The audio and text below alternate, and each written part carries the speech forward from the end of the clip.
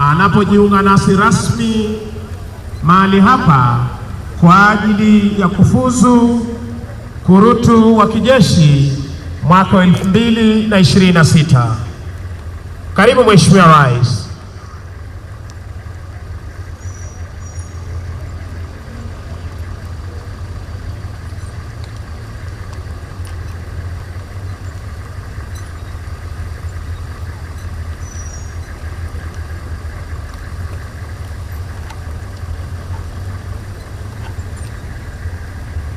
Karibu Mheshimiwa Rais, utuongoze kwa hafla hii muhimu ya kufuzu kurutu wa kijeshi katika chuo cha mafunzo ya kurutu wa kijeshi jiji la Eldoret, kaunti ya Uasin Gishu, eneo bunge la Tarbo.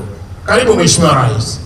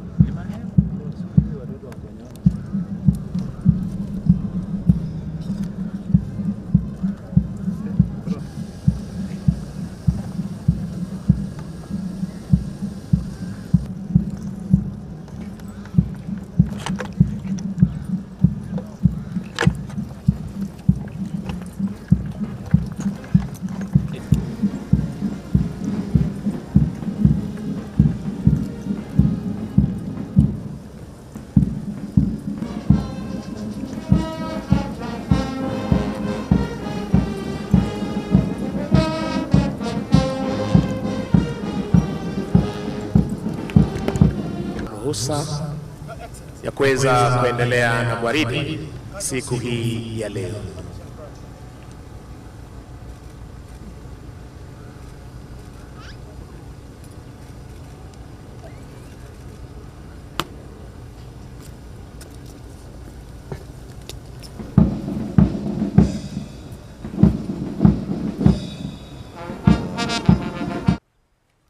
You arrived here from different families, different communities, and different counties of our republic.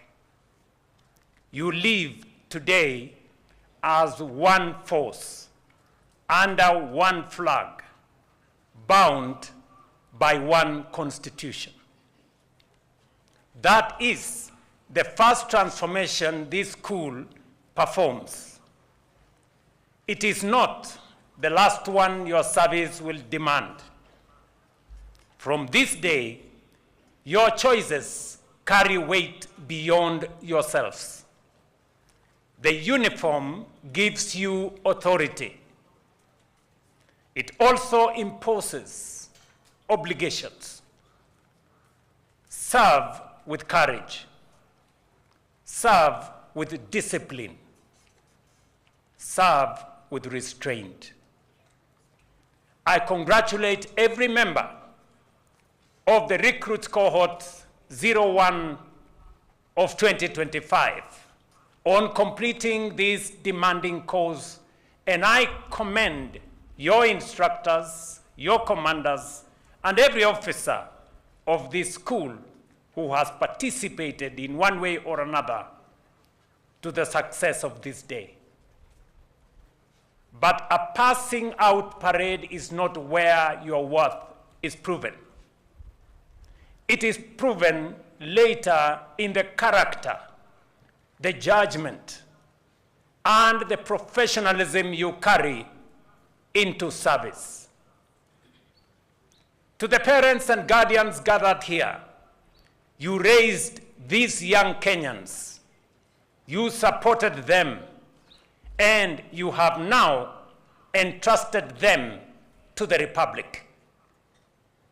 That is not a small gift.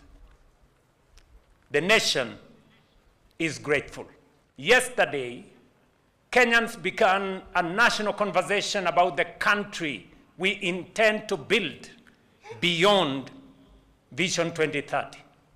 Not the next budget, not the next election, not even the next administration, but the Kenya we want to become across the decades ahead, a prosperous, self-reliant, and capable of guaranteeing every citizen a life of dignity. That conversation must include security. What must Kenya protect if the future we seek to build is to be possible?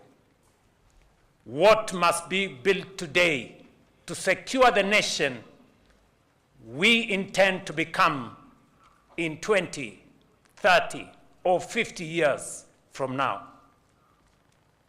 Security and development are not competing priorities. They are the same foundation viewed from two different directions. Security enables development. Development strengthens security. The Constitution is clear on your mandate. Defend our sovereignty and territorial integrity. Support other authorities in emergencies and disasters. And with the approval of the National Assembly, restore peace where instability threatens the nation. Every one of these responsibilities is exercised under the Constitution and within the law. The first duty of the Kenya Defence Forces remains and will continue to be the defense of our republic. Nothing dilutes that mandate, but the same capabilities that defend a modern nation also builds one. Military engineers strengthen strategic infrastructure. Military logistics move people, equipment, and relief supplies when civilian systems are overwhelmed. Military medicine saves lives when disaster or pandemic strikes.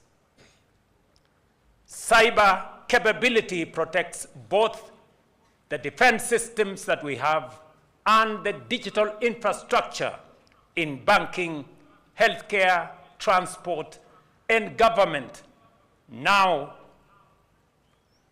that government now depends on. Maritime capability secures our waters while it grows our trade, our fisheries, and our blue economy. Kenya has already proven this. When the nation needed disciplined execution and engineering delivered under pressure, it has called on the Kenya Defence Forces. Today, KDF engineers support the construction of the Raila Odinga International Stadium at Talanta Sports City and the Bomas International Convention Complex. Through Kenya Shipyard Limited, the Kenya Navy, we are rebuilding our shipping and shipbuilding capabilities. For example, MV Uhuru 2, built locally and now moving trade across Lake Victoria, shows how a defense capability becomes an industrial capacity. And through disaster and the response to disaster, medical outreach and support to communities affected by insecurity, KDF has shown that service to Kenya takes many forms.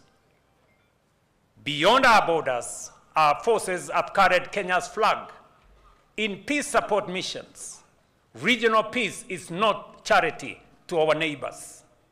It protects our citizens, our trade, markets, and also our future. Kenya must keep building its own model of defense contribution to national development, grounded in the Constitution and shaped by what our nation. Distinguished graduates, you enter service as the battlefield itself is changing. An attack may target a server instead of a border post. A drone may fly without a pilot. Artificial intelligence may disrupt systems, distort information, and erode public trust. Climate shocks may displace communities and ignite competition over land and water. A disease outbreak may threaten more lives than an armed adversary. Our food systems, our energy grids, our airports and ports, our data now sit on the same terrain as our borders. Can a country call itself secure if its frontiers are guarded but digital systems, food supplies, and critical manufacturing infrastructure stand exposed? That is the question Kenya must answer as we look past Vision 2030. Not just what we intend to build, but what we intend to protect. So tomorrow's KDF must be as strong in knowledge as it is in courage, as fluent in technology as it is in tactics, as prepared to anticipate danger as it is ready to answer to it. The future soldier must not only be fit, disciplined, and tactically sound, but also technologically literate, intellectually curious, and constitutionally grounded. Your training taught you to obey lawful commands. Your service must now teach you to exercise judgment under pressure, to lead human beings, and to know the difference between lawful authority and abuse. You inherit an institution built by service members and veterans whose courage laid its foundation. Honor them, not only by preserving what they built, but also by preparing for a world they could not have imagined. The government will keep investing in the welfare, the training, and the readiness of KDF. We will strengthen our capabilities in cybersecurity, intelligence, maritime security, and military medicine. And we will ensure that those who serve and the families who stand behind them receive the dignity and the recognition they have earned.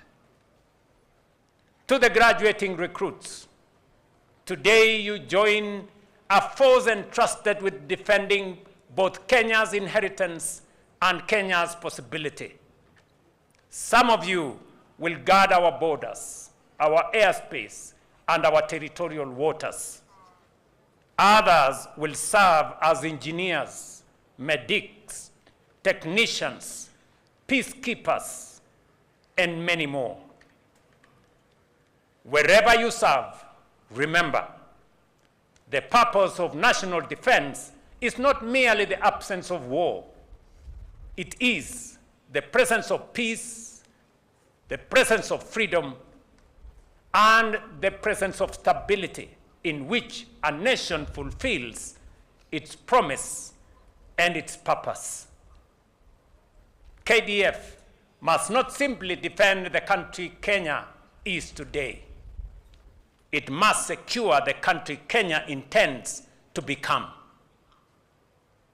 You have been trained to protect our territory. Be ready also to protect our constitutional order, our national unity, and the future of generations you may never live to meet.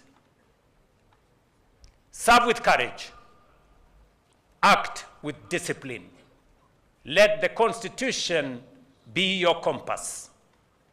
Defend our sovereignty.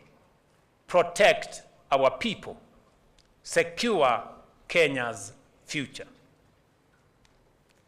May God bless each one of you.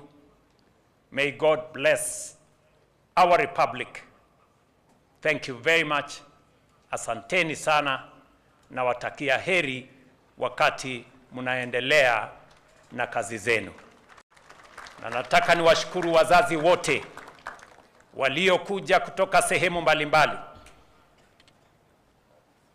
kwa sherehe hii ya muhimu ya hawa vijana wetu. Hawa vijana mliotoa kwa serikali na kwa taifa la Kenya waweze kushughulika na mambo ya amani, mambo ya kuhakikisha taifa letu liko salama pande zote. Hawa vijana vile nimesema, tutawashughulikia, tutawalinda pia, na tutafanya kazi na wao ili taifa letu lipige hatua ya kwenda mbele. Pongezi nyinyi nyote. Mkirudi nyumbani mpeleke salamu zetu nyumbani sehemu zote za taifa letu la Kenya,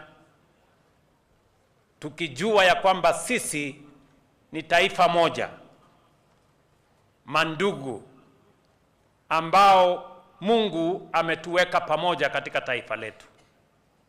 Asanteni sana na Mungu awabariki. Thank you very much. We'll discuss vitu nyingi zote zitakuwa zinakuwa featured in our discussion tonight. So kabla hiyo, what up people? Yo.